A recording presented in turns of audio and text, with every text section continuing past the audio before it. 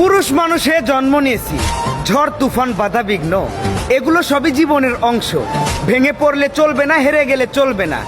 একদিন ইনশাল্লাহ প্রতিষ্ঠিত হয়ে তাদেরকেও জবাব দেব, যাদের কাছে আমি ছিলাম একজন অবহেলার পাত্র।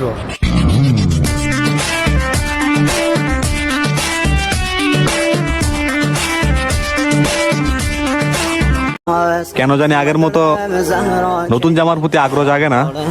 এখন বুঝতে পারি বাবাই কেন নতুন জামা কিনে না।